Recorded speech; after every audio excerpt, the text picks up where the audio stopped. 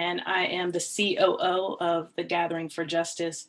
And I'm so very excited to be here with you this evening for our virtual live Radical Readz series.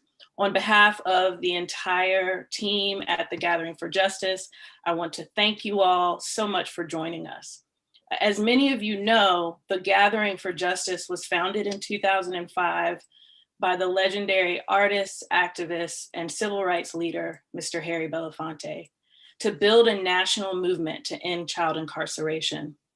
Now, in our 15th year of social and racial justice movement work, the Gathering has expanded to include our task forces, Justice League NYC and Justice League California.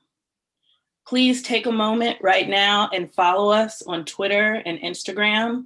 Our tags are at NY Justice League and at Gather for, the number 4, Justice.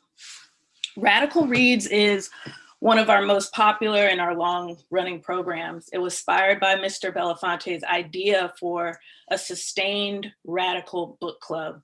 The Gathering and Justice League members recommend a book every month, along with an analysis of why it was selected. Tonight's Radical Readz presentation features 2 fascinating and powerful books written and co-written by our dear friend, Marc Lamont Hill. We've split tonight's program into 2 parts to discuss his 2 most recent books. The first part I have the honor to lead, and I'm very pleased to begin this evening with a conversation with Marc about one of his most recent books, We Still Here: Pandemic, Policing, Protest, and Possibility. And the second part of the program will feature a panel discussion moderated by our president and CEO, Carmen Perez Jordan, focusing on Except for Palestine, which Marc co-authored with Mitchell Plitnick. And the panel will also feature another of our dear friends at the Gathering, Linda Sarsour. So let's get to it. It's such a pleasure to introduce Marc Lamont Hill. Marc is an award-winning journalist and the Steve Charles Professor of Media, Cities, and Solutions at Temple University. He is the owner of Uncle Bobby's Coffee and Books, shout out, swag, and the author of multiple books, including the New York Times bestseller Nobody, and co-author with Mitchell Plitnick of Except for Palestine, published by the New Press. Welcome, Marc. Thank you for having me. I'm so excited to be here. I've been waiting a long time to do this. Of course. No, thank you. We really appreciate you being here with us and agreeing to have this conversation tonight. And we're really excited to jump right in. 2 quick things I want to do before I hit you with a number of questions. One is just say thank you to you and show some gratitude to you. As someone who is newer to the Gathering and newer to Justice League, it was a pleasure to meet you when I came to your city and to feel embraced and warm by that introduction. And so I'd like to first just thank you for that, because it's rare sometimes, unfortunately, but I think the longer I've been with the Gathering, the more interactions that I've had like that. But I thank you for that. So I just want to show my gratitude. Pleasure. Yeah. And the second thing I want to do is just hold a little space right now for the many ancestors, right, that we have gained, many of which are very close to you. And so I want to hold some space, even at this time. We know that Texas is going through some things, and Oklahoma and Louisiana and Mississippi, and lives continue to be lost, and the system continues to be exposed. So I just really want to hold some space for our ancestors, for Debbie, for Mr. Leon Hill Jr., and for those that we continue to lose. So I just want to take 10 seconds, 15 seconds, as much time as you need, and hold that space right now.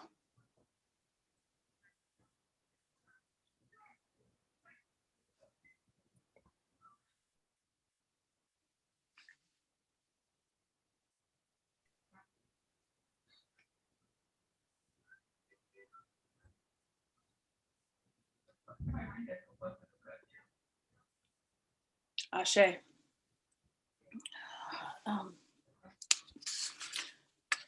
So again, thank you. We're so thrilled to have you. We know that there's so many things pulling not just on your attention, but on the attention of all of us here tonight. And so we're grateful. And I'm excited to talk to you a little bit about this very poignant and very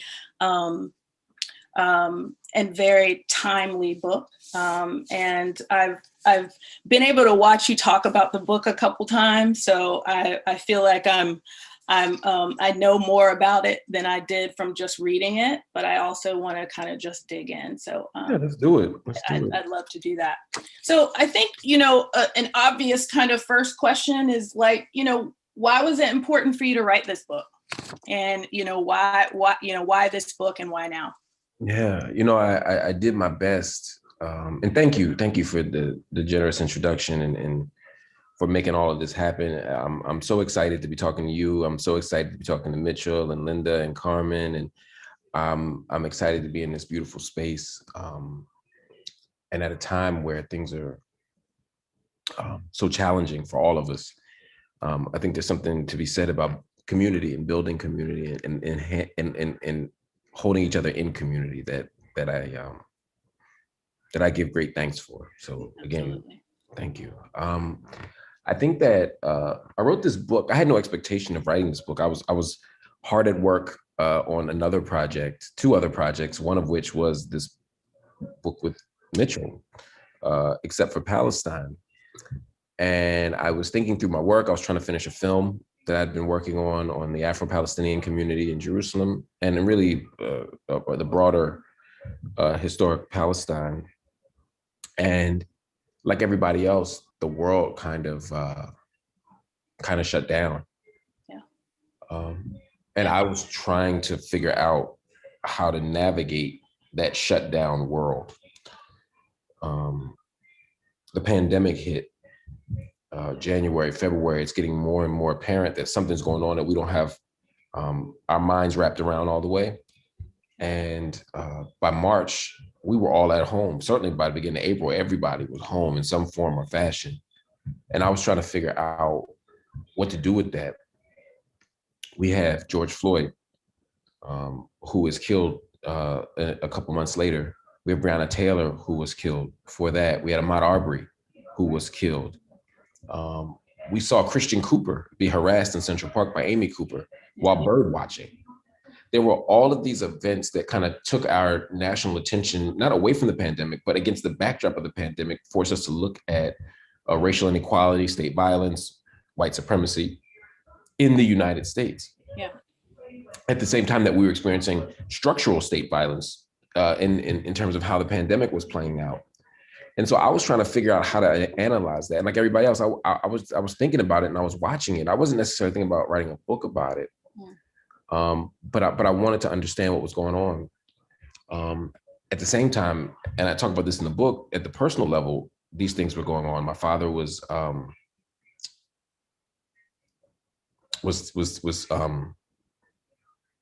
hospitalized. Yeah. In February, and we were trying to do our best to make sure he was okay. I was there every day feeding him, trying to make sure he was okay, letting him know he wasn't alone.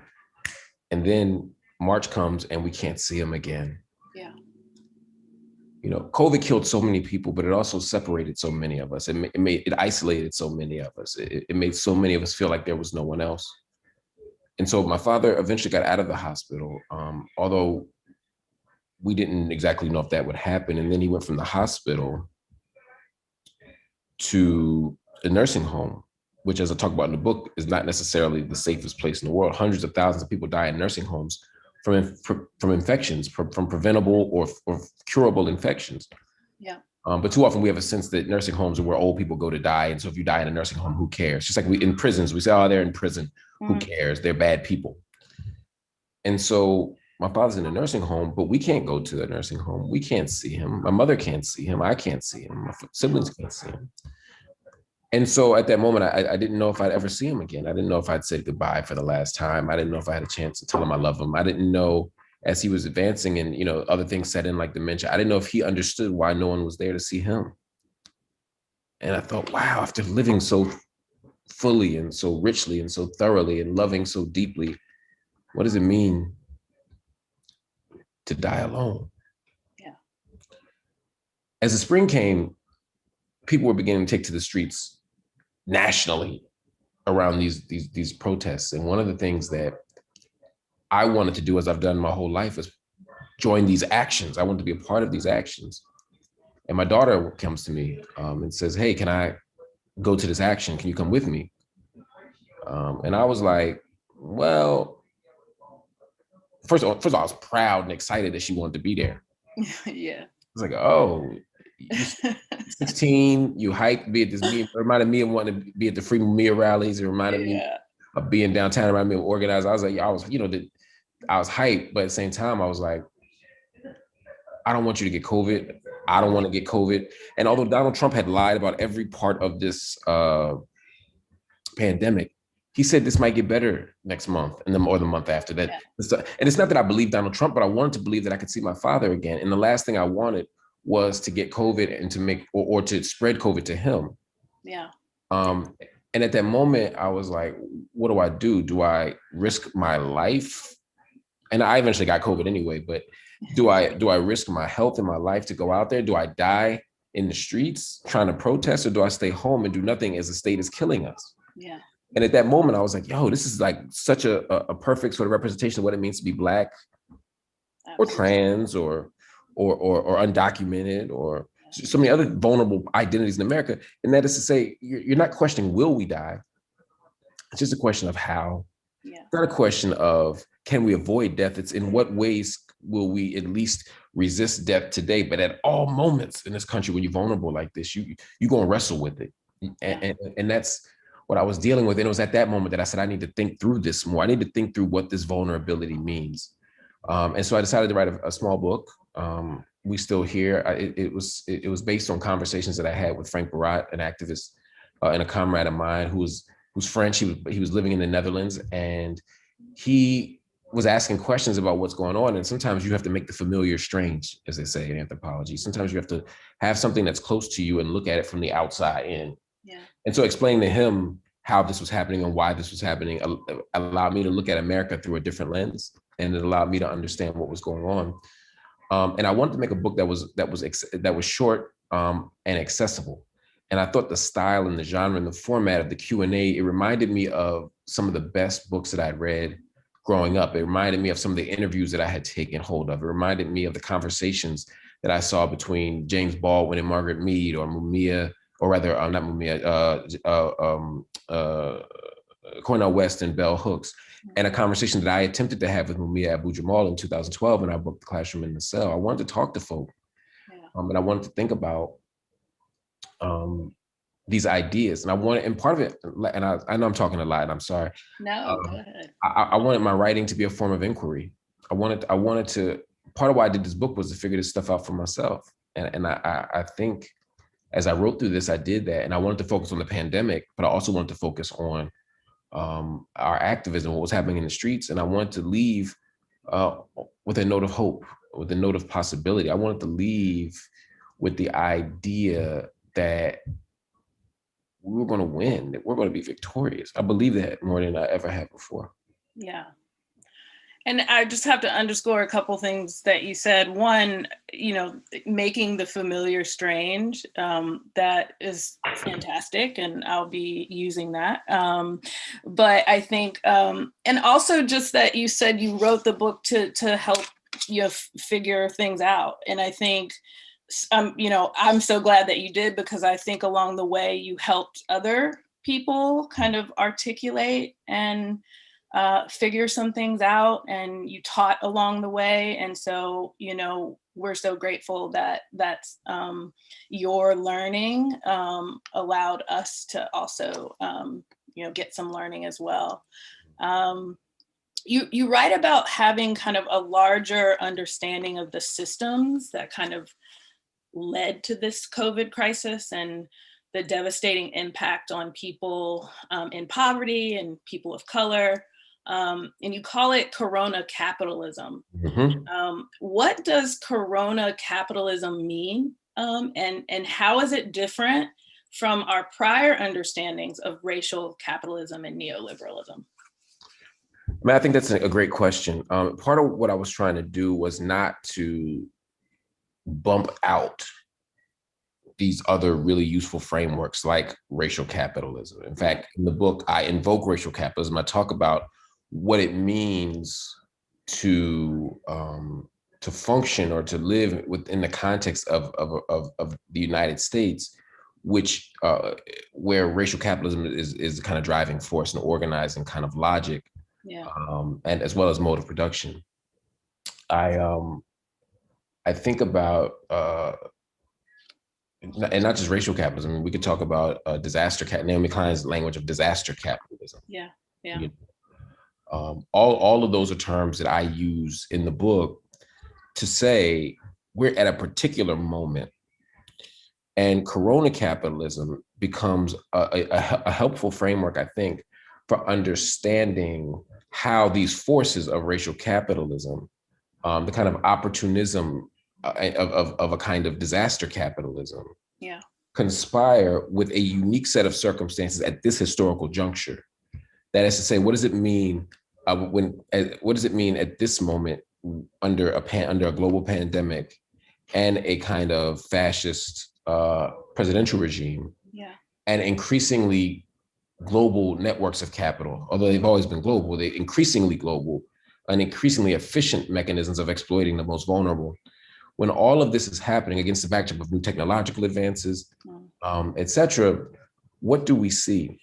How does Corona capitalism, how does a pandemic produce even greater possibilities for the exploitation of workers? How does it create even greater exploitation or even greater opportunity for corporations to trump governments in making decisions around public policy and around the well-being of the most vulnerable? I mean, Amazon has so much of a role, for example, in determining. I remember there was somebody people being prosecuted for basically price gouging. Amazon was in contact with the FBI. They were in contact with the U.S. government. They were in contact with other law enforcement bureaus to make sure that we crack down on that person who buys hand sanitizer for $5 and sells it for $50 because it's a global pandemic. And don't get me wrong, I don't want someone to exploit people in that way. But part of what capitalism has done is teach us to see each other as means rather than ends.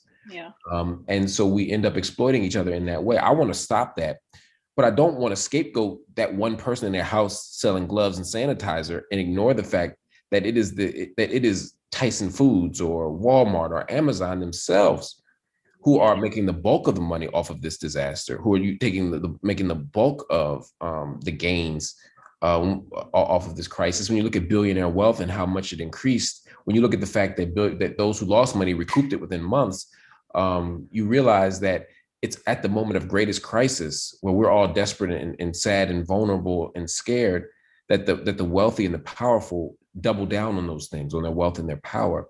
And so Corona capitalism for me is a way of understanding this particular crisis, but it's linked to those broader conversations and discourses around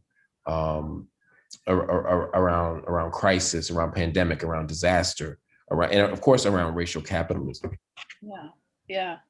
And I think, you just spoke to, all the other things, right, that were happening in the middle of the pandemic, one of them being a number of elections. And oftentimes, people pushing for racial equality and equity point to the importance of representation in leadership. For example, as heads of corporations or in politics. You write in the book about the limits of Black politicians, Mm. and that they are often people, or often not the people best positioned to lead us into leadership. Right. So tell me what you meant by that. I'm actually really intrigued by that, because I think that, especially now in the moment where Black-led leadership, right, it is like a thing that is funded. I Yeah. think as especially for me as a Black woman who really thinks no matter what position I've ever been in, I've been leading, right? But that's not how they define, Black-led. What alternatives should we look to instead for the type of leadership that we really need to get to racial equity? Yeah, we need leadership, and we need Black leadership. Of course, one of the things that's developed in the last 10 years is a clearer understanding that the leadership that we need Yeah. Isn't doesn't need to be hierarchical. Absolutely. We need, as they say, leaderful movements. Yeah. We need broad and diverse leadership. The leadership model is becoming increasingly secular. It's no longer just rooted in religious spaces, particularly the Black church. So, it's no longer being exclusively led by Black male cisgendered heterosexual preachers. Yeah. These are signposts of a greater understanding of what kind of leadership we don't need and what kind of leadership is possible. Looking at Black Lives Matter, looking at the Women's March, looking at, just tonight, look how many amazing leaders we got. All of y'all are doing the work of leadership in really important ways. The leadership has to come from the people. Yeah. My concern about Black leadership, specifically in the book, was talking about how we can move beyond Black elected officials, for example. Yes. And I give the example in the book of Freddie Gray. Freddie Gray is killed by police in 2015. Half the officers on the Baltimore Police Department where he was killed, Black. Yeah. The mayor, Black. City council, Black. The state's attorney, Black. And they all a couple miles from DC, where the attorney general was Black and the president was Black. Yeah. All that Black elected power and all that Black misery. Yeah. What does that mean? It means that we have to get beyond a kind of simplistic representational politics to understand what's possible and what's going on. I think that there was a moment where we thought, if you think back to like 1972 and in Gary, Indiana, just as an example, the National Black Political Convention, there was an idea that political participation and political involvement was key to Black liberation, and that's not untrue, right? I'd rather have folk in places than not. When I look in Mississippi, I'm happy with what I see. Yeah. It's not that I don't want any Black leadership, but we can't overstate or overestimate the value of what that is. Part of it is that the U.S. political system doesn't allow for the kind of radical models or the radical transformative leadership that we need. Yeah. To give you a concrete example, we want to abolish police. We want to abolish prisons. I'm speaking for those of us who are in that movement. Yeah. I can't get a politician to go along and lead the way on that. Politicians are not thermostats, they're thermometers, right? Thermostats change the temperature. Thermometers simply reflect the temperature. I can get a politician to be a thermometer all day. They'll do whatever, because politicians get elected to get reelected. They'll do whatever needs to be done in order to get elected. The problem comes when I need them to change the temperature. They ain't changing nothing. Yeah. They ain't changing nothing. It's on auto. It's on auto. That's right. That's right. And so it comes down to what the people want. Yeah. And that's not about calling Black politicians sellouts, although some are. Yeah. Right. Mm-hmm. It's about saying that there's particularly at the legislative level. Imagine being in Congress every 2 years that means every time you get elected, you're right on the trail again to get reelected, right?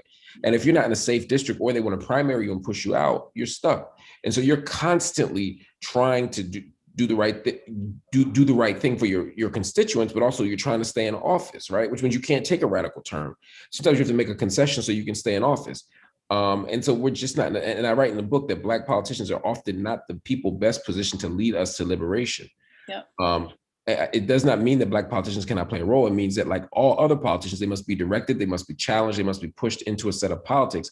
But we shouldn't assume that our interests will naturally be upheld or advanced through electing Black politicians. Instead, we must demand a political agenda and hold them accountable like everybody else. Absolutely. Absolutely. And I love that you say, it's not untrue, right? Because, I think we often, especially as Black folks, have to remind people that several things can be true at the same time. And I think that really is a good segue to what will have to be my last question, unfortunately, because they are doing what they do with the time. Is really, you devote a chapter to talking about the phrase all Black lives matter, right? And Black feminism, right? And so how has intersectionality, right? A bunch of things being true at the same time, and Black feminism affected your thinking? And what would you recommend for those of us who are listening and learning who might want to integrate intersectionality and Black feminism into their own activism? What would you recommend for them? Yeah, I mean, so the first part is, Black intersectionality for me is a recognition of the way we experience and navigate the world, right? It's not a choice. Yeah. Right. I don't choose to be intersectional, in terms of, I may choose to identify or recognize the intersectionality in the world, but that exists whether I do it or not. Right. Right. We operate with multiple identities. We operate with intersecting forces of oppression. No one is raced and not simultaneously gendered. And we also have sexual identities. We have ability statuses. We have all of these things that shape how we navigate the world and how we experience it. Another frame that comes out of Black feminist theory is double jeopardy or multiple jeopardy. Yes. Right. There are these multiple things that force us into positions of vulnerability or unsafety or inequality or injustice. And so for me, to have a freedom struggle that prioritizes race but doesn't prioritize anything else, for me, is bizarre. And it not only is an inaccurate or insufficient analysis of the problem, but it never allows us to get free in any significant way. Yeah. For me, in terms of my own work and my own formation and my own analysis, Black feminism has led me into a space of critical analysis. It's Black feminist thinking. I took my first, I took a class. I was trying to finish college so bad because I had dropped out and I was doing all kinds of stuff and I was rushing to get done. And eventually I had a semester. I was like, I can't even take no more classes. I mean, I can't even take no more semesters. So I took 24 credit hours, like 8 classes my last semester. Basically, I took almost 2 semesters in one. Yeah. And I was just trying to find another class. Yeah. And I went through the book, and it's the old days. We had to go through the book and fill out the card. And I remember. Yeah. And I found a class called The Black Woman, taught by Dr. Renoir McDonough at Temple University in the Department of African American Studies. And I took it, to be honest, I took it because I figured it'd be Black women in there. Yeah. But when I got in the class, my life changed. Yeah. My life changed. I read Black Feminist Thought by Patricia Hill Collins. We read the Critical Race Feminism anthology. And as only two men in that class, I started to learn and listen and engage in conversations that were led by women, that centered the experiences and needs of women, where my opinion wasn't central, where my needs and desires weren't central, where I wasn't the story. I learned a lot that semester, but that's the semester I realized that I wanted to learn to read and write for a living. Wow. And so, but then I read the books, and it shaped how I thought about every aspect of my life, both the personal and the professional. It shaped what I read, how I organized, what I studied, what I critiqued. Not perfectly, fall short all the time, but it gave me a guidepost. So much so that in many ways, I don't think I am the scholar that I am without the Black feminist tradition. I'm not the activist that I am without that tradition. I don't write We Still Here without that work. I don't write We Still Here without Angela Davis and Ruth Wilson Gilmore and Mariama Kaba and Joy James and Bell Hooks. I don't write this without them. This book owes an extraordinary intellectual debt to them, as well as a political debt to them. And so when you ask what people should do, can I say one more thing real quick about why? Absolutely. Yeah. You know, Black women have always nurtured more ambitious and inclusive and radical freedom dreams than anybody else. Yeah. You know, it's one thing to say we want to free Black men and the women will come with us and we'll be okay. Kind of very male-centered nationalist models we've had before, even civil rights models. But Black women, when they've fought, they've done something very different. Think about the work from Sojourner Truth forward, but think about like the Combahee River Collective, right? When they issue their statement, they don't just say we want to free women. They don't just speak against gender injustice. They don't just fight patriarchy, although they could. It would be entirely reasonable. They said no. We need to think about third world solidarity. We need to end capitalism. We need to end violence against Black men. There are so many other systems and structures that we need to dismantle in addition to us. Black women have sought to free us and liberate us, and they've sought to free and liberate even those who have oppressed them. Like they've also sought to liberate Black men, even as we did harm to them. They've always been more inclusive. And so for me, you know, that's the model, not that we think exclusively about our own narrow categories, but instead we have an ambitious and robust vision of what liberation looks like that includes all of us. Yeah. And that's what we have to do. And so I tell people out there, read Black women, study Black women, listen to Black women, allow yourself to be led by Black women. And if you do that, I think you win. You always win. Yeah. Well, thank you. I'll never stop you from talking about the greatness of Black women ever. So, I appreciate that. No, next panel or not, we could keep we just keep rolling. But no, thank you so much, Mark. I really appreciate it. The conversation was amazing, and I wish we could talk more, and hopefully we will talk more in another iteration. I need to pass the mic though. And so I would love for Carmen to join us, my partner at the gathering, our president and CEO, Carmen Perez Jordan, who has taught me and so many others so much about Black feminism, and whose work is grounded in Black and Chicana feminism. And so just so fortunate to work with you. So hi, Carmen. All the best with the next panel and discussing your newest book, Except for Palestine, along with Mitchell. So good evening, Carmen, and thanks again, Mark. I appreciate it. It's my pleasure. Honey, you did a phenomenal job. I really loved the conversation. It was so, I was like, well, I need to take care of the baby, but then I got stuck on the computer because I was listening to y'all go in. It was just so beautiful. Thank you so much. Great job. Well, I'm so proud to pick up the mic from Denise, and thanks to you, Mark, for starting us off with so much to think about. What Mark wrote about and talked about tonight is so relatable. I hope that all of you who are watching feel that and actually see it. I'm really glad that we decided to include both of Mark's most recent books in tonight's program, because as we always say, our liberation is bound with one another. And no situation or crisis exemplifies this as a fight for the liberation of Palestine. I had the tremendous good fortune of accompanying Mark along with the delegation to Palestine in 2015, and we're gonna get to that a little later. But first, allow me to bring on and introduce our additional panelists who will be here to discuss, Except for Palestine, the limits of progressive politics. First joining me back is Mark, and the co-author of Except for Palestine, Mitchell Plitnick. Yay!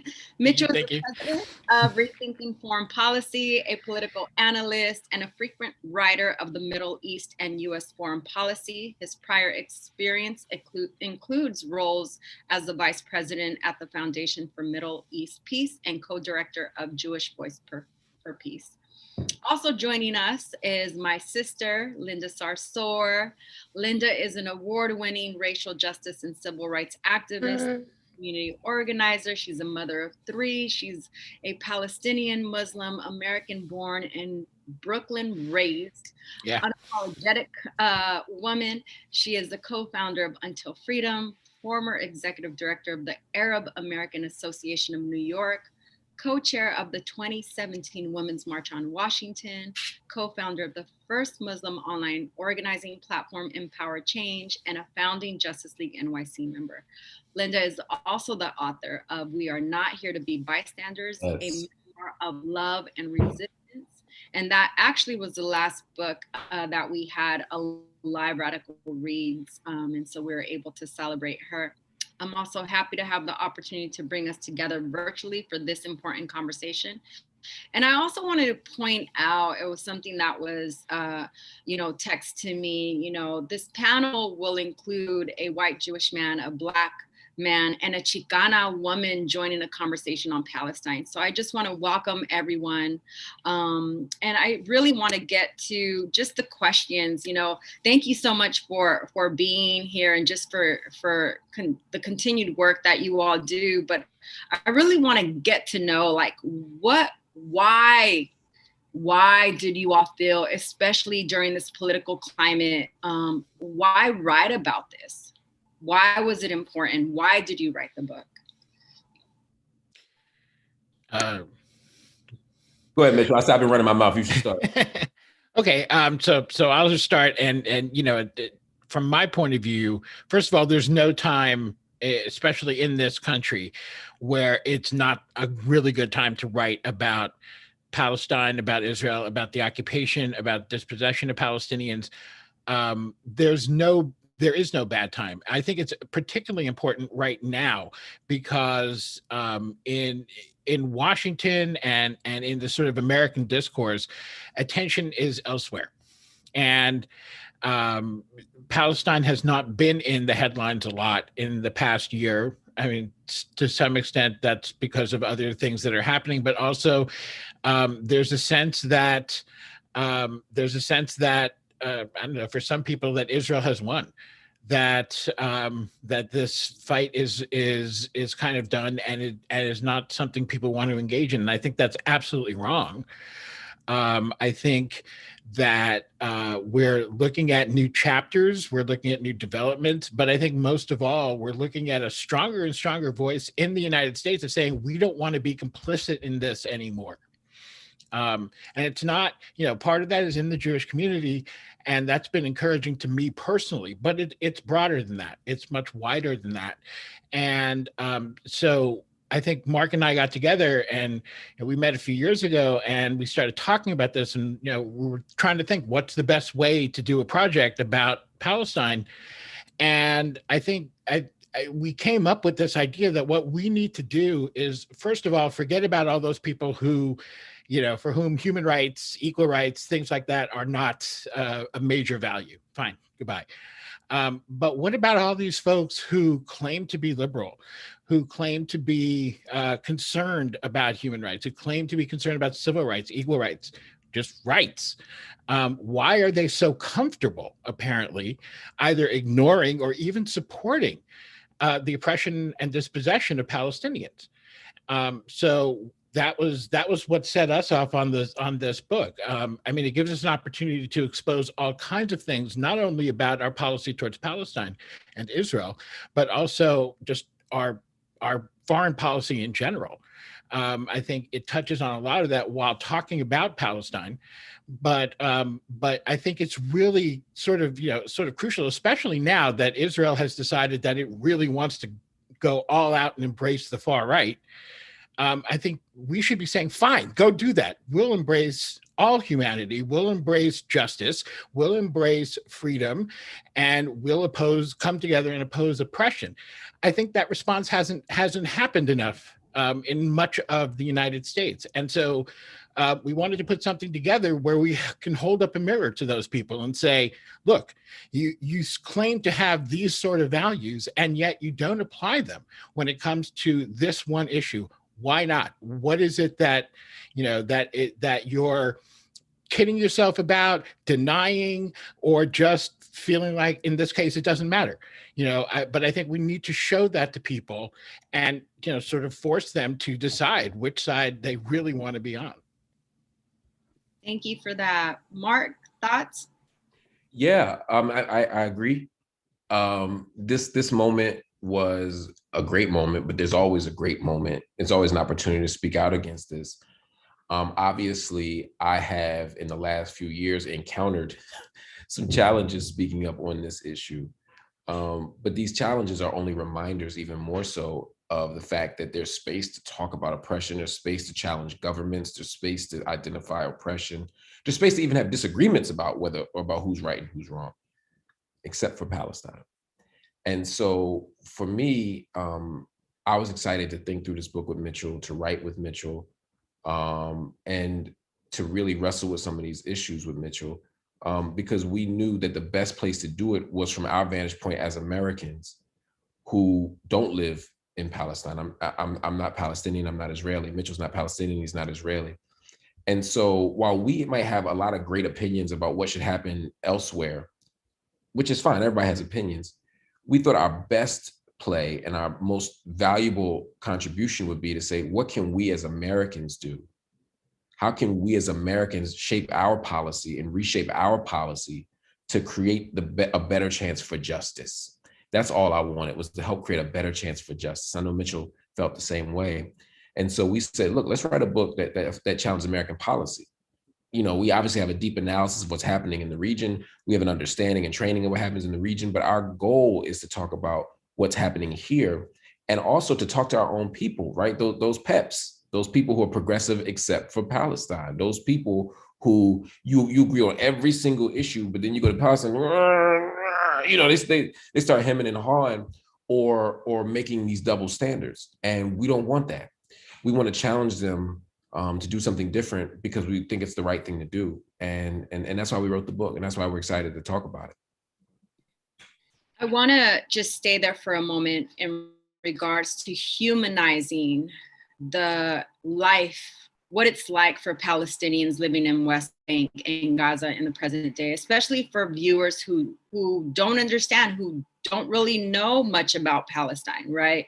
I know, Linda, in your book, you told a very beautiful love story about your mother and your father, right? But share with us, what is it like for Palestinians living in these places? I appreciate that question, Carmen. I just want to say gratitude for the gathering, for giving us this platform to talk about this really important, groundbreaking book, but also about Palestine. As Mark said, usually when anyone's trying to find a platform for Palestine, people are like, yeah, I'm not sure. I don't know. I'll get back to you next week. And I appreciate the gathering for always being cutting edge and always kind of wanting to have the difficult conversations. Palestinians are my people. Palestinians are my parents. They're my grandparents, my great-grandparents. Palestinians are my cousins and my uncles and aunts that still live in Palestine. Palestinians are a people.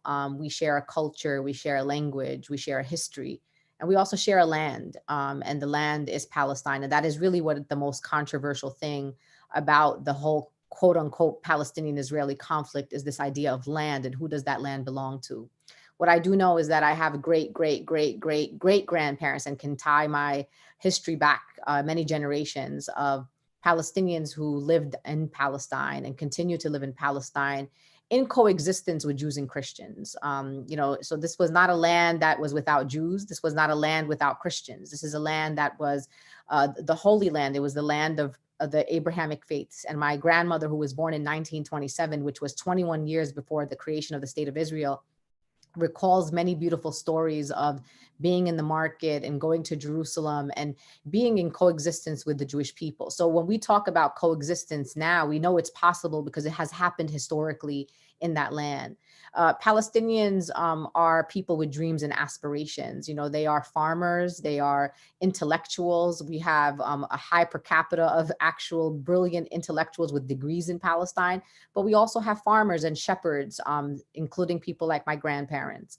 One of the things I always think about in this larger, always this idea of like when someone says, oh, where's your family from? They see me, I'm wearing hijab, and they hear this heavy Brooklyn accent. So they always think I'm like some Puerto Rican convert or something from Brooklyn. And then I tell them I'm Palestinian. And the minute you tell somebody you're Palestinian or your family's from Palestine, the next part of the conversation is like, oh yeah, I'm really not trying to be political right now. And I'm just like, why can't I just be Palestinian? Why does my identity have to be politicized? Why can't I just be like someone else who says, oh, my family's Egyptian, or my family's from Mexico, or my family's from, I don't know, Canada. And then you kind of move on from the conversation. But for some reason, our very existence as Palestinians is political. We don't have to say anything. I don't have to do anything. I just have to be Palestinian. And that in of itself is controversial. So the reason why this book that Marc and Mitchell wrote is that it also speaks to the work that you and I do, Carmen, and the work that we do. When we talk about criminal justice reform, when we talk about for-profit prisons, we have to look at a larger global context. And the global context is the same companies and the same for-profit prisons that make money off of incarcerating Black and brown people in America are also making money off of detaining Palestinians in Palestine and Israel. And so we want to have those larger conversations. And for some reason, as Mitchell was pointing out, people will say, stop caging babies at the border. People will go to the border and they're so outraged, but then no one wants to be outraged about the detention of Palestinian children on our American taxpayer dollars. So all we're saying here is like, look, I just want your values to be universal. I want your principles to be universal, just like my values are universal.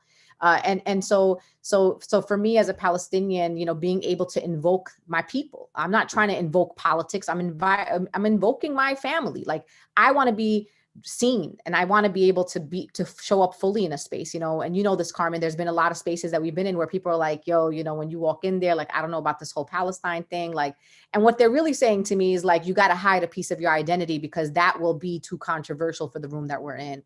And Carmen, we've rejected that at every turn. And I reject that.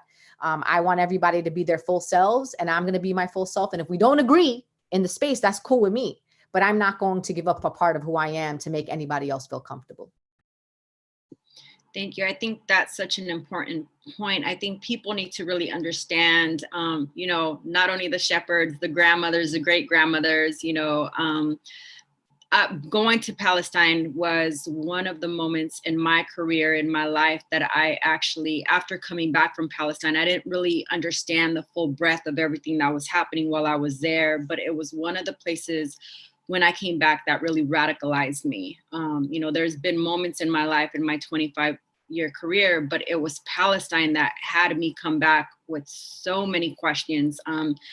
Jules, who, is on the back end of this, I came back to her and was like, why is this happening? And so I really appreciate you putting that human perspective to it. I know Mitchell and Marc, you all talked about, there being a blind spot for people in the United States who would otherwise consider themselves progressives. You all just talked about that. First, tell us about the similarities between Palestine and other human rights crises. And second, can you talk about why it's a blind spot for progressives? How did it come to be that in a country that is so polarized on so many issues, the one issue on which there has been bipartisan consensus over the past several decades has been the Israel-Palestinian conflict? So I think one thing that is really important for people to recognize here is that, stepping it back from it and just bring it back to our book, one thing that Marc and I were both really conscious of when putting this book together, and Marc sort of touched on this already, is that we are not Israeli, we are not Palestinian, and this book is not a quote unquote Palestinian perspective or even a pro-Palestinian perspective. It's an American perspective. And I think with this country in general, we don't, unfortunately, even liberals don't think very much about foreign policy in general. And then when you add on top of that, some very real, I think, reluctance to challenge the world's only so-called Jewish state. I think when I say so-called not because it's not majority Jewish, it obviously is, and that is a basis for what the country exists as. But there are many Jews who question the policies of Israel and who don't feel represented by it. So I'm one of them. I certainly don't feel represented by Israel. So I don't always feel comfortable with that formulation, but clearly that's the way Israel's identified. And I think people, it's not, part of it is the fear of being accused of anti-Semitism, which, pro-Israel forces do all the time. So much so that I think people have have become really deaf to real issues of anti-Semitism. But it's more than that. I think there's also a sense of guilt that isn't entirely unhealthy. I was pointing this out earlier. Like Europe has a lot of guilt over the Holocaust. That's a good thing that they have guilt, or at least that there's a conscience about that. I think in the United States as well, we should know our history and know that when Jews who have traditionally gone from one place to another when persecution got too bad, couldn't come to the United States. And I think that's part of what happens for Americans. That's all fine. And people should carry parts of that. The problem is the way they're expressing it is on the backs of Palestinians. And that isn't acceptable. But people don't see that. Instead, they see, decades of closeness, this close relationship with Israel. Israel is our one ally, and the one country that we can count on. Well, why can we count on it? There are some good reasons, which is that many of the other states in the region are not stable, are dictatorships, etc. Why are they not stable? Why are they dictatorships? That also comes back to Washington in many, many ways. People don't want to deal with that either. There is also just the whole otherness of Palestinians. I think I'm a little older than almost everyone here. And so I'm old enough to remember a shift that happened in the 80s when the first Intifada happened. And when that took place for the first time, and I was still at that time very much in the radical, I would say, pro-Israel camp. And I started hearing news coverage in a different way. Because for the first, at that point, 21, 22 years of my life, whenever I heard the word Palestinian, pretty much always it was followed by the word terrorist. That was what American news coverage was all about. You rarely heard stories about Palestinians that didn't have something to do with violence. So what sort of impression did Americans get? All of a sudden in the first Intifada, Palestinians were people. This was one of the things that really turned my thinking around. These are human beings. And I don't think Americans entirely see that. And I think part of it is just basic racism, fear of brown people, fear of Arabs. It is an ethnocentrism. And it's also many, many years of a sort of mythical Israel that has never existed, much like the mythical America has never existed. And but here it's even more convincing a myth because no one ever goes there to see it. I know plenty of people who've been to Tel Aviv, but how many people have even been to Ramallah, let alone any of the villages on the West Bank? Going to someplace like Sissia on the West Bank and seeing the devastation of people's lives who have nothing.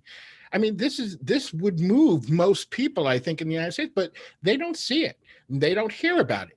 So that just reinforces this narrative of Israel good, Arabs bad. And we still have this no matter, and it has not, certainly it has changed, I think, in our common discourse, but it has not broken through on a political level, either in Washington or particularly within the Democratic Party, even though at this point, most Democrats, I think, are really moving towards a position of recognizing that Palestinians are people who should have rights and do not.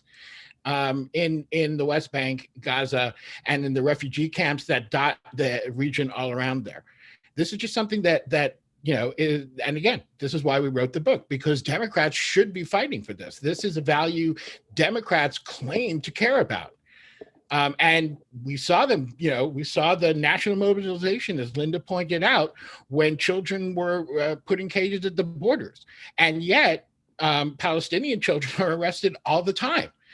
And, and kept away from parents and even from legal counsel for extended periods.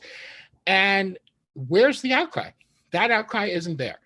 And that happens, I think, in part because of indifference, because of racism, and because of the decades of this narrative that says Israel is always trying to do the right thing. Israel always wants peace and justice, and if only the Palestinians would accept whatever it is, because those goalposts keep moving, then there would be peace. And I think that's something that we are starting to turn around, but it's not reflected yet in policy and politics. I'm interested to hold this conversation a little bit in regards to what you all discussed in the book, right? You are very clear to acknowledge that anti-Semitism is a real problem, right? And we've seen that in the rise of tragedies like Tree of Life massacre. But can you talk or walk us through what you see as the difference between anti-Semitism versus the criticism of US policy towards Israel? I want to understand, right, as somebody who's reading this book or even in this conversation as a non-Palestinian, right, what can we do to change the narrative that says that the support for Palestine is inherently anti-Semitic? That's a good question. I'm sorry, that's a good question, and a necessary one. I think the first thing is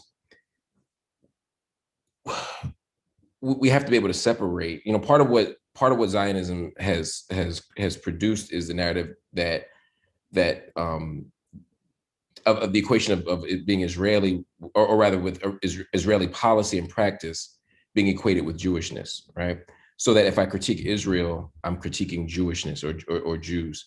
We have to be able to separate those things, partly because in many ways it's actually anti-Semitic to do the opposite.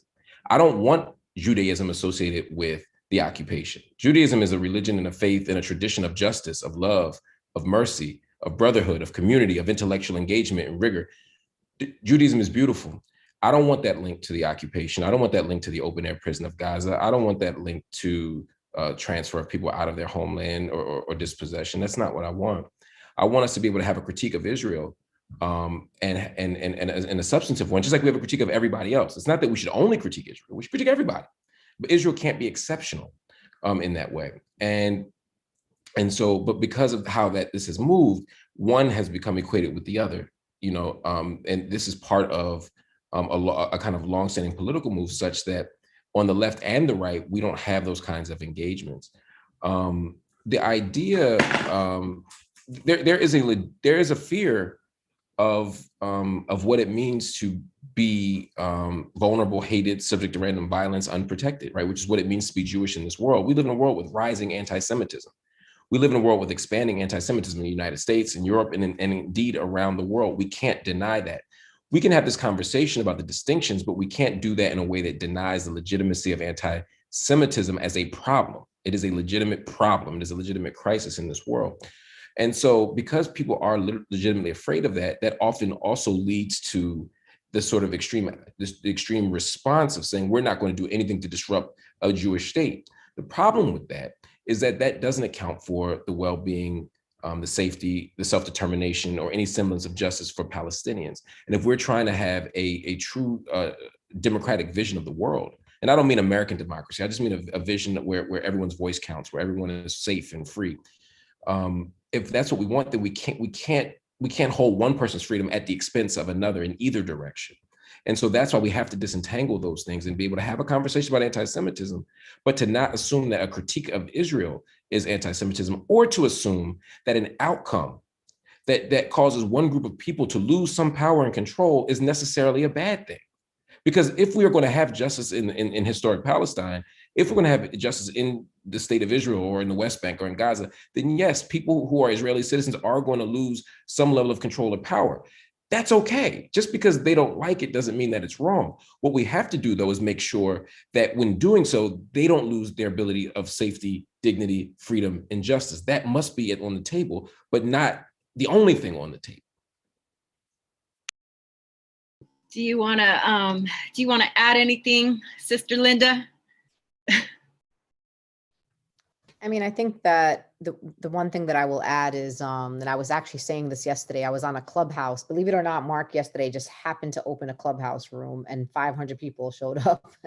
And we started talking about it, and he named the group, Why is the Left Silent on Palestine?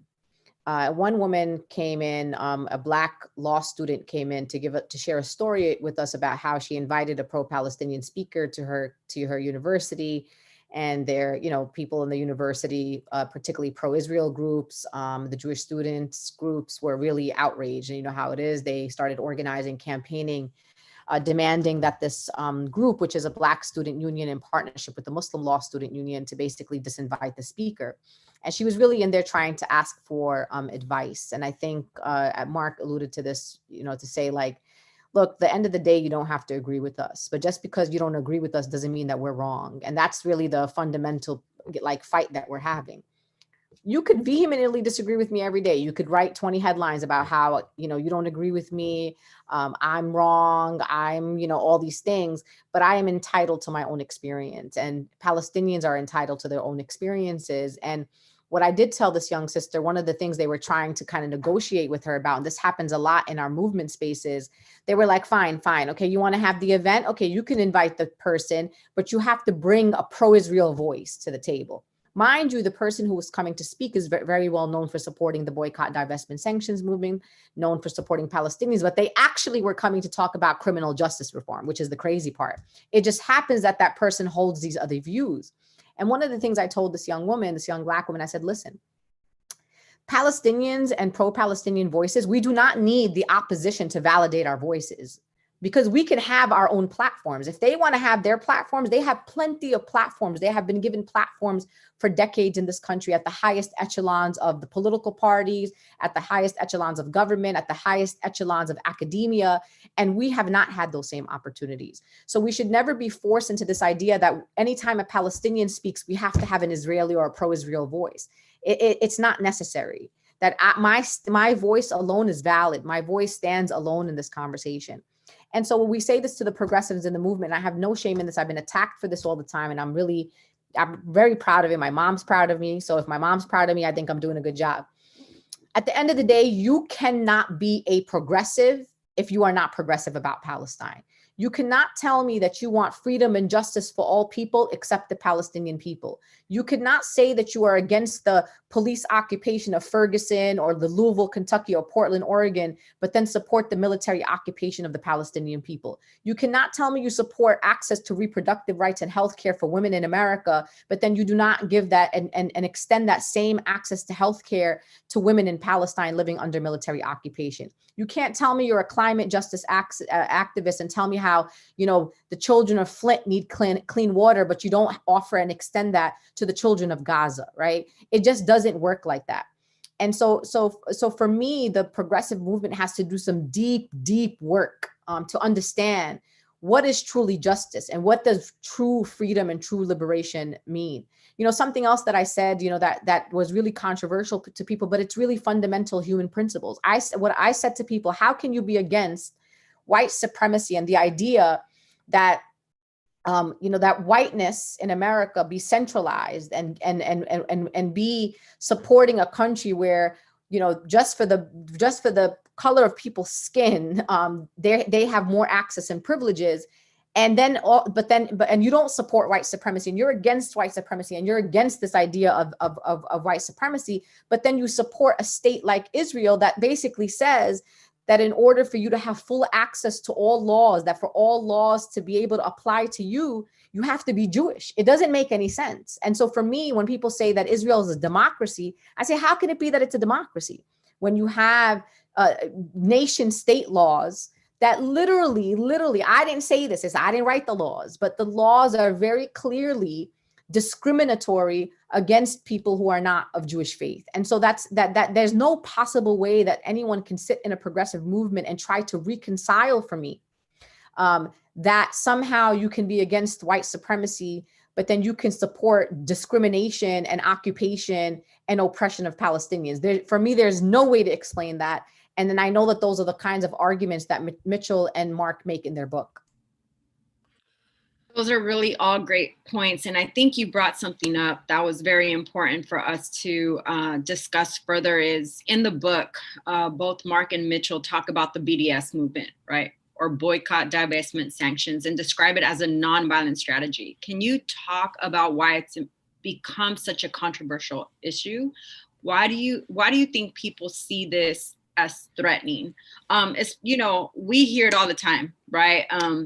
I also, you know, in regards to the student or the young person that was seeking guidance, Linda, you know, I think oftentimes, especially when somebody gets accused of anti-Semitism, you have people who have supported you or say that they're in the movement with you, shy away from even being associated with you. And so I think that there's, you know, two things that we really have to understand. Are we weaponizing anti-Semitism, right, in order to do away with certain people or ideologies or beliefs within a movement? And then the other is, you know, what are the policies that we're looking at? You know, how are we gonna ensure that the people are protected, right? But my mind was kind of going everywhere because you said so many great things, and I was like, wait, I need to like create a question to shoot it back. But I just, you know, I want to talk about BDS. I want to talk about the weaponizing of anti-Semitism and this throwing away of folks in a movement, right, that is called progressive. I mean, I'll just start by saying that, you know, in the context of cancel culture, I've been probably almost, you know, people have attempted cancellation of me probably about maybe 12 times. And it just doesn't work. It's not going to work. I think people have gotten to that place to understand that you don't have to agree with me, but you know I'm right. And that's just the bottom line, that we have progressed on a conversation. You know, the boycott, this is the thing that really, as a Palestinian, what I want people to really sit with and really reflect on. You know, I'm like you, Carmen. I'm trained in Kingian nonviolence. You know, we've been through trainings together. We are a people who believe that nonviolence is not passive, and we believe in the power of nonviolent movements. And there are other people who believe differently than us, but we have made a decision to be part of a movement that's nonviolent. And so people will say, when Palestinians, because of decades of oppression, respond with violence, they are immediately condemned. Then the Palestinians say, fine. They call Palestinian civil society comes out and says, okay, the world, if you want to show solidarity with the Palestinian people, we're going to go in the spirit of the Dr. Kings and the Muhammad Gandhis, and we're going to engage in what we're calling the boycott, divestment, sanctions movement of Israel. Join us around the world.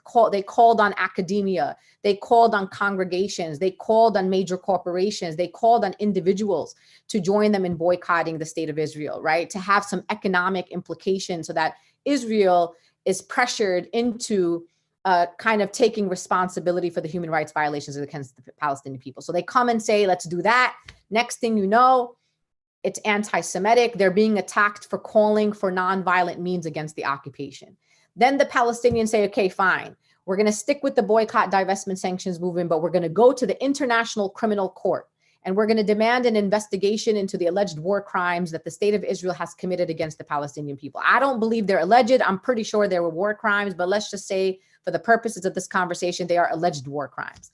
Then the International Criminal Court just last week comes back and says, guess what? We have jurisdiction, and we are in fact able to investigate the war crimes or alleged war crimes that Israel has committed against the Palestinian people. And we're also going to investigate Hamas, right, which is a political party in Gaza.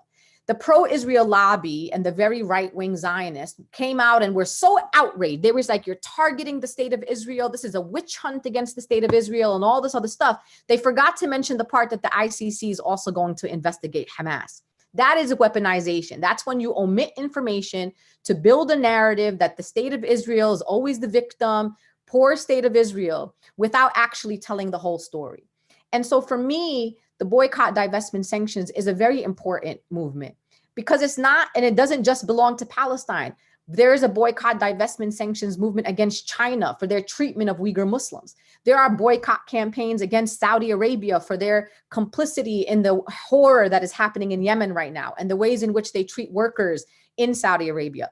I will boycott, divest any country that engages in human rights violations against any people. One question people always ask us, Carmen, is, but why the state of Israel? Why are you so obsessed with the state of Israel? They say that to me all the time. I say, I'm not obsessed with the state of Israel, right? I said, I'm Palestinian. If the first country I'm going to be mad at has to be Israel because they are the ones occupying my family. So that's number one. Number two, why the state of Israel, Carmen? You know why? Because there are other countries that engage in human rights violations like North Korea. But guess what? My taxpayer dollars do not fund the North Korean government to oppress the North Korean people. But my taxpayer dollars do go to funding the occupation of the Palestinian people. So to your point, it's like, what are the Palestinians supposed to do? Violence is not acceptable. Non-violence is not acceptable. Going to try to go get accountability in international courts is not acceptable. Everything is anti-Semitic. So what are the Palestinians supposed to do? Just roll around like a dog and just lay there and just take it? And Zora Neale has a quote that says something like, if I'm silent about my oppression, they're going to kill me and tell me that I liked it. I'm paraphrasing. So I just want people to understand that the Palestinian people are exhausting everything at their disposal and they don't have much to get the whole world to understand that there is absolute true oppression, Carmen. One recent example is we're in a global pandemic. That is just the bottom line. And the Israeli government is vaccinating Israeli settlers who live across the street from us. And so forget the fact about humanity. Put the humanity to the side. It's a public health crisis. How are you going to vaccinate the guy across the street that I still have some interaction with, but you're not going to vaccinate me? It's actually, from a public health standpoint, is the most idiotic thing that you could ever do if you are really people committed to this idea of eviscerating the COVID pandemic and protecting people from getting COVID. But they don't want to do that. They claim, oh, well, the Palestinians don't want our help and all this other nonsense. The bottom line is, Carmen, the Israeli government does not see Palestinians as human beings. And that's really the fundamental issue that we have here. They call us savages. They don't believe that we can govern ourselves. And what I say to people all the time is that, and Mark knows this, he's been in Palestine many times. We've happened to be in Palestine at the same time. You've been to Palestine, Carmen. I'm sure Mitchell has traveled there.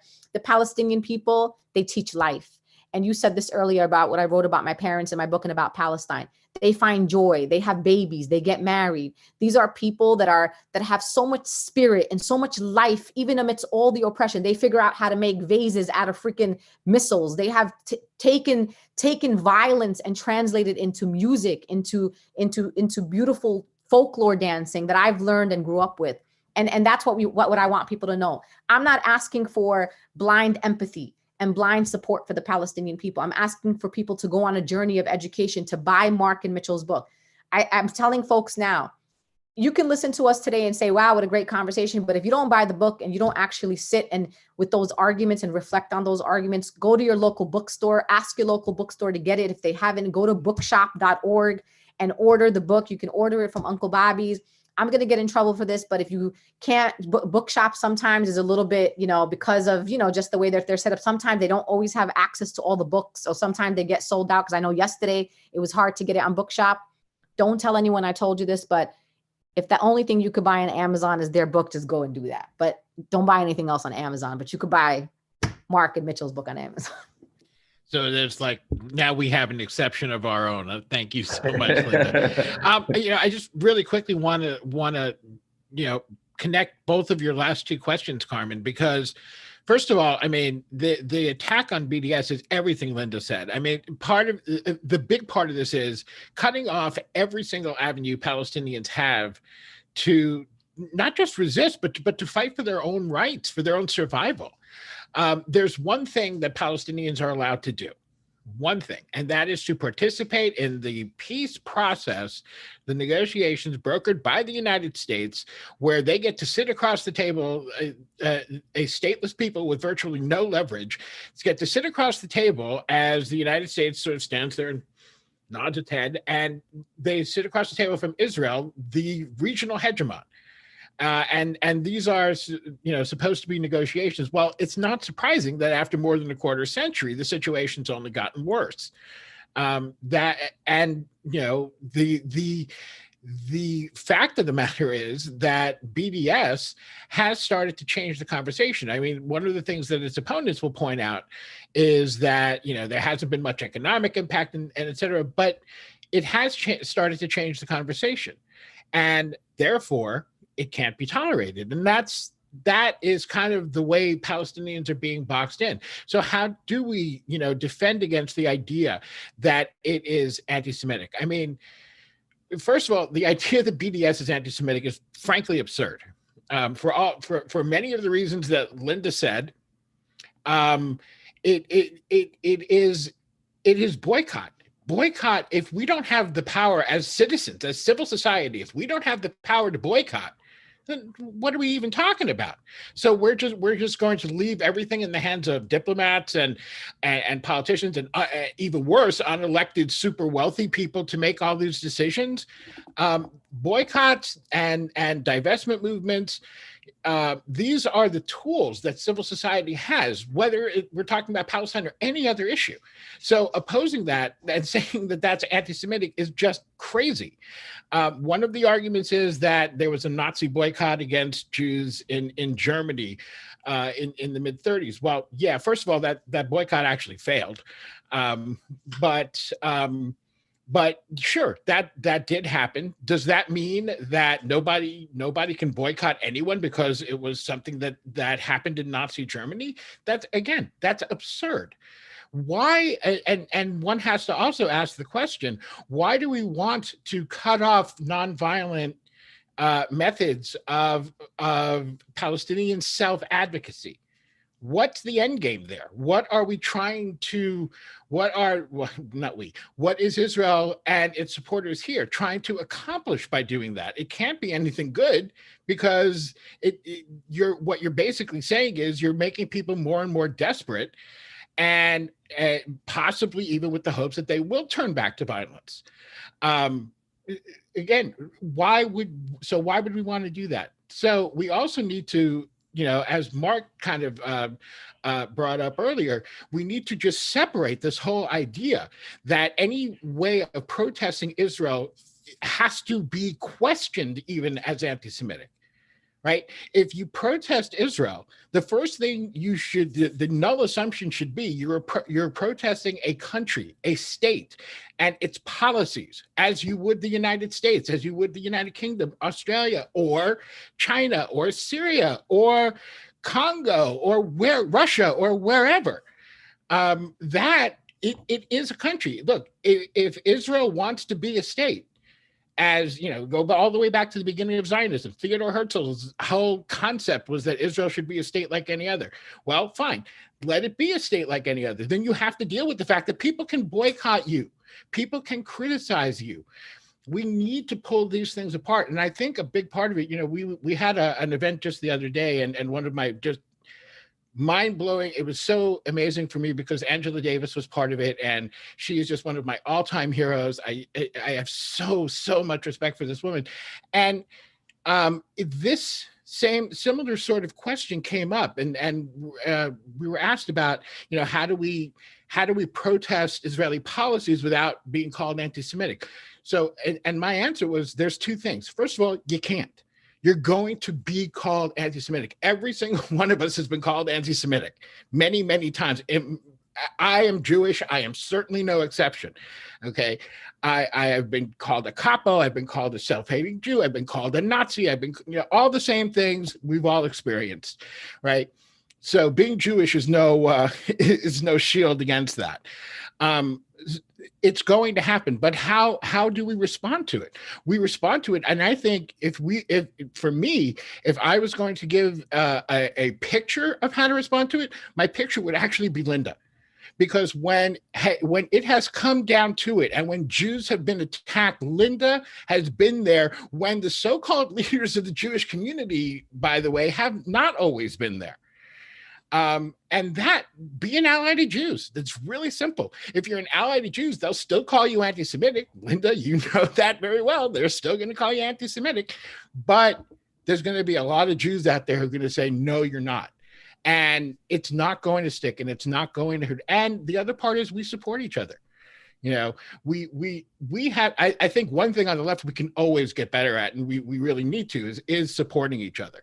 You know, I'm watching, since this book came out, there has been a disproportionate amount of criticism directed at Marc rather than at me. Some of that might be that Marc's better known, but I have a feeling that most of it has a little bit to do with our respective appearances.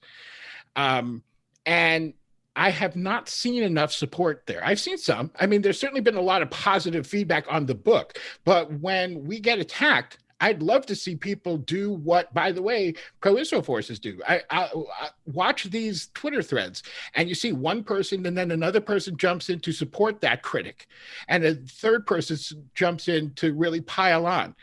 And what I'm not seeing is people who are progressive, people who are on our side, doing a lot of that, just you know, agreeing with Marc's point, agreeing with this, that, and I'd like to see us do just more of that publicly. And I think that really helps. In the end, we can't stop them from doing it, but we can have the truth on our side. And the truth is, hey, it is, I will say this forever. It is perfectly legitimate to oppose BDS. It's okay to do that, to say you don't agree with it and explain why. It is okay to engage with BDS and say, this is why I don't support BDS, or I think I'm going to go buy Israeli products in defiance. Fine, have that argument. That's a political argument. It's a political stance. But to say you can't do this, to say that it is anti-Semitic to take this nonviolent action, that is completely out of bounds and intolerable. And it is anathema to every kind of freedom of speech, freedom of thought, freedom of collective action that is essential to any sort of community, democracy, no matter how you define it. I mean, it just can't be tolerated. And that is just not okay. You want to debate. You want to, you know, even oppose. That's fine. But demonizing in this way, and it's so funny because everyone talks about demonizing Israel.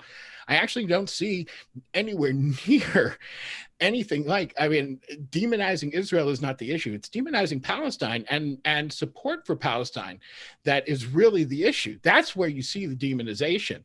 And we need to stop kidding ourselves about it. I will not, as a Jew who has faced violence for being Jewish, I have zero tolerance for anti-Semitism, none whatsoever. And I've gotten in trouble when I think, you know, that people start talking about these Jewish conspiracies, and that's why there's so much favor for Israel. I will absolutely argue against that. I will argue against anything that I perceive as anti-Semitic because it's physically dangerous to me. And it's physically dangerous to people I love. And it's just physically dangerous. It's not okay.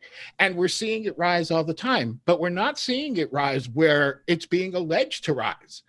It's not, you know, this whole concept that there's this rise in anti-Semitism on the left is contrived. It's just not true. The rise is coming from a very clear place, and it's the far right, where it's always come from. And so we can't, I know, I'm sorry, I'm going on. I get a little excited on this subject. Go ahead. You're fine. But when it comes to the question of BDS, BDS is a nonviolent and time-honored method of protest. Okay. And if people are not free to do that, people are not free to use it, then what are we even talking about when we talk about democracy? What are we even talking about when we talk about, you know, freedom and justice? You know, it's this fight against BDS is contrary to all of those concepts, and it cannot possibly be tolerated. I want Palestinians pursuing BDS. I've said for a long, I have my own quibbles with some of the ways that it's come about, But my job is not to tell Palestinians how to fight for their liberation. My job is to make sure that Palestinians can decide for themselves how to fight for their liberation. And therefore, I'm going to say, yeah, I am absolutely going to fight forever to allow BDS to move forward, because that's what Palestinians want to do, and they have every right to do it. And by saying that they don't, we're actually proving the point of how we are dehumanizing and diminishing Palestinians and treating them differently. They're the exceptions, not Israel. It's Palestinians who are being treated exceptionally, as if they don't have the same rights I do as a white Jewish male. Okay, I have all of those privileged positions in this context, and I shouldn't, quite frankly. So that to me is how you pull apart anti-Semitism. As I say, they're going to say it, but it carries less and less power the more and more phony we show it to be. End of rant. Thank you, Mitchell. Linda, Mark. You're muted, Mark. I think Mitchell and Linda hit the nail on the head. For me, BDS is, as Mitchell said, it's a tactic that people can agree with or disagree with. But part of the problem that we talk about in the book is that it's being taken off the table as even a legitimate option, right? And what you see is an inconsistency among people on the left who would never, can you imagine? Cory Booker is just one example, right? Cory Booker was asked a couple of years ago what his stance on BDS. He opposes BDS. Again, that's his choice, right? The argument here isn't that everybody has to be pro-BDS. The problem is his argument against BDS is, the argument isn't whether you should do BDS or not. It's whether or not people should be allowed to boycott, divest, or sanction these countries, right? Am I allowed to participate in a boycott, right? As proponents of free speech, we would say yes. As citizens, we would say yes. And as people, and as these so-called progressives would say, they say, oh yeah, we have to be able to hold accountability, hold people accountable, corporations, people, etc., through things like boycott, through things like strikes, through things like divestment, through things like sanctions. And what Cory Booker said, just to give one example, is that, we don't want to create a situation where we have to protect companies from, kind of financial harm that comes from boycotts against them. And it's like, well, if he were a right-wing Republican who believes that corporations are people too, and he wants to protect corporations, I'd say, sure. I disagree with them, but it would at least be a consistent through line. The problem is, Cory Booker wouldn't say that if people were protesting Chick-fil-A. He wouldn't say that if people were protesting Hobby Lobby. He wouldn't say that if people were protesting Walmart. But suddenly, on today, when we talk about the BDS campaign, it's a different game. People in Texas, if you're trying to be a school teacher in Texas and you have to, and a particular district says, well, you have to sign this waiver saying you won't participate in a boycott against Israel, right? In order to be a school teacher. That's something different, right? If in the state of New York, Andrew Cuomo has been talking about, sort of measures to punish people for participating in BDS, particularly companies, right? In some places they're talking about criminalizing BDS. When you get to that place, progressives are suddenly taking an entirely different stance, a stance that is wildly inconsistent with the rest of their values when they're talking about BDS and their arguments. Andrew Yang just did this a month ago, right? And he took all the talking points. Oh, this is anti-Semitic, this is bad, this is evil. And I don't think he's particularly well read on the subject. I think he just kind of did what all Democrats and Republicans do when they run for office. They make the safest choices. What we have to do is make those choices, make it safer to do the right thing. And the right thing, we can debate about whether the right thing is BDS or not. I'm fine having that conversation. I like as Linda said, I think there's a long and legitimate tradition of nonviolent resistance that's important as a mechanism for getting justice. I think it's important to recognize. I think it's important to recognize that Palestinians have been doing this for over a century, right? This isn't the first nonviolent attempt. You can go back to the 30s, the 20s. Palestinians have always taken nonviolent approaches to resistance as a tactic and strategy for liberation. And I think it's important to say that this is a call from Palestinian civil society. The trade unions all support this. The majority of Palestinians living inside of Israel, living in the West Bank, living in Gaza, living in exile, all support this. So there's no argument that this is an outside-in fix. If an American supports BDS, they're standing in solidarity with the call from Palestinian civil society, right?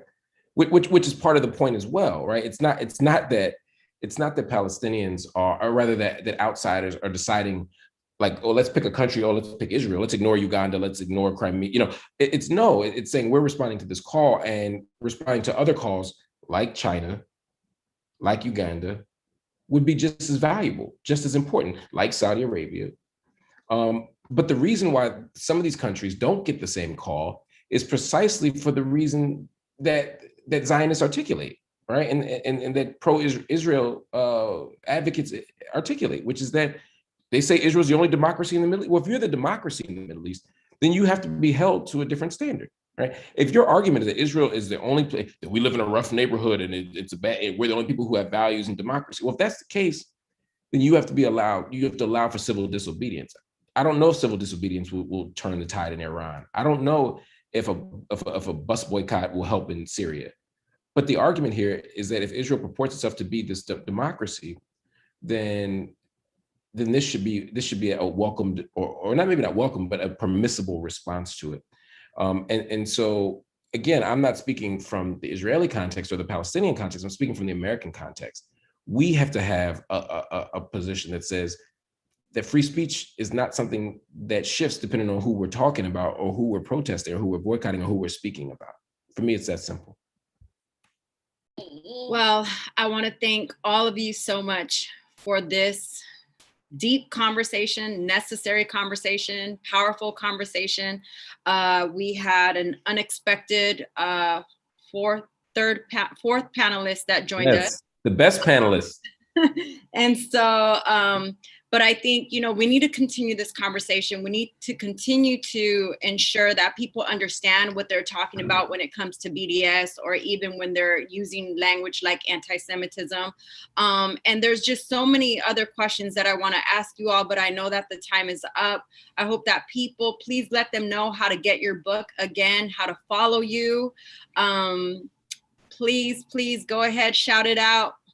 Yes, the book is called Except for Palestine, The Limits of Progressive Politics. The book is being sold everywhere books are sold. We think it's important for a book like this to do well. Obviously, we wrote it, we wanted to do well, but we also think it would be an amazing feat for a book that has not gotten a lot of mainstream media attention, for a book that has been denied even a review from some publishing mags that review almost everything. For a book like this to become a bestseller. We would love that. And the way for that to happen is for you all to support it. If you want to support this book, please buy it anywhere books are sold. I know at bookshop.org, Uncle Bobby's, that's a place where it's back ordered. I think it's back ordered to March 2nd, which is about a week and a half. You can do it there. But as Linda said, if there's some other places you want to go to get it, we ain't mad at you. We'd love to get the book out to as many people as possible. If there's somebody you can buy the book for, if there's a community of people you want to buy the book for, if there's a small village you want to buy the book for, I support all of that. But in seriousness, please, we really want to thank you all for the support, for the care, for the love. Carmen, Linda, we're very grateful for the conversation tonight. And we're excited to have more conversations about this book as people continue to read it. Yeah, I really hope that people will, continue this conversation. I know I'm always available. You can find me at rethinkingforeignpolicy.org. You can contact me through there. I'm on Facebook. Twitter is MJ Plitnick. I am always, I have a little bit more time on my hands than Mark does. So, feel free to contact me. And if there's ways for us to keep continuing, I mean, the most important thing that any of us can do right now is just having this conversation. It's so important. Thank you, Linda. How could people follow you? How could they get your book as well? Actually, since you asked, my paperback actually comes out on March 3rd, which is on his 94th birthday. And Mr. Belafonte wrote the foreword to my book. So my paperback comes out. You can get it anywhere where books are sold. We are not here to be bystanders, and talk a little bit about progressive movements in Palestine and solidarity. So get that as well. And you can just follow me with my real name everywhere. Use my real name everywhere. When I troll you and you troll me, that's me. My real name, Linda Sarsour, on Twitter, Facebook, Instagram. So I hope to see you all soon. Thank you. And Mark, how could people follow you? Same thing, real name everywhere, Marc Lamont Hill on all the pages. Awesome. Thank you, everybody, so much for joining us tonight for our very special Radical Reads. Thank you to Danice, who I'm going to bring back to talk about our event that's going to be coming up, for kicking us off, and Marc Lamont, Mitchell Plitnick, and Linda Sarsour for such a great conversation, and obviously our fourth panelist that showed up last minute. Please follow all of these incredible leaders and buy their books. If you liked what you heard tonight, please follow us at NY Justice League and Gather Number 4 Justice on Twitter and Instagram. And we're excited to announce that coming up on February 28th at 7 p.m. Eastern Standard Time. Danice, are you on? Gonna let you share the exciting news. Yeah, hi, yes. Thank you so much, y'all, for that conversation. You know, we'll always be a platform to have really bold conversations and interesting conversations. So just grateful for that. Yes, and so we want to just close out by announcing, for those of you who don't already know, that we on February 28th are having a really special event for our beloved founder, Mr. Harry Belafonte.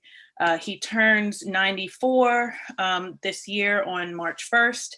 And so we would love to celebrate his life, his legacy, the love that he's poured into us and the organization and the movement and all of you. We want to give that back to him. It's also a benefit for the Gathering for Justice. And so it's an opportunity for us to continue to provide programming like this, continue to provide our programming to young people, continue to work to end child incarceration and remove police from schools, and continue to do all the great work that we do here at the Gathering for Justice and Justice League. So we want to invite all of you all. We hope you will join us. You can very easily get tickets by going to bit.ly, that's bit.ly/GFH94. And that's case sensitive, so that's all lowercase. Again, that's bit.ly/GFH94. And that's short for Gathering for Harry. That's the name of the event that we'll be having. Again, we want to say thank you for those of you who tuned in. We want to thank Marc, of course, for his contributions tonight. We want to thank Linda. Thank you so much for always living in your truth and being who you are. And we want to thank Mitchell. We appreciate you all. We hope you will come and join us next Sunday as we celebrate Mr. Belafonte, and we look forward to seeing you then. It's going to be a great event. We've got a lot of great performers and a lot of people who have committed to come and celebrate with us. So thank you very much. We appreciate you tuning in, and we'll see you soon. Thank you.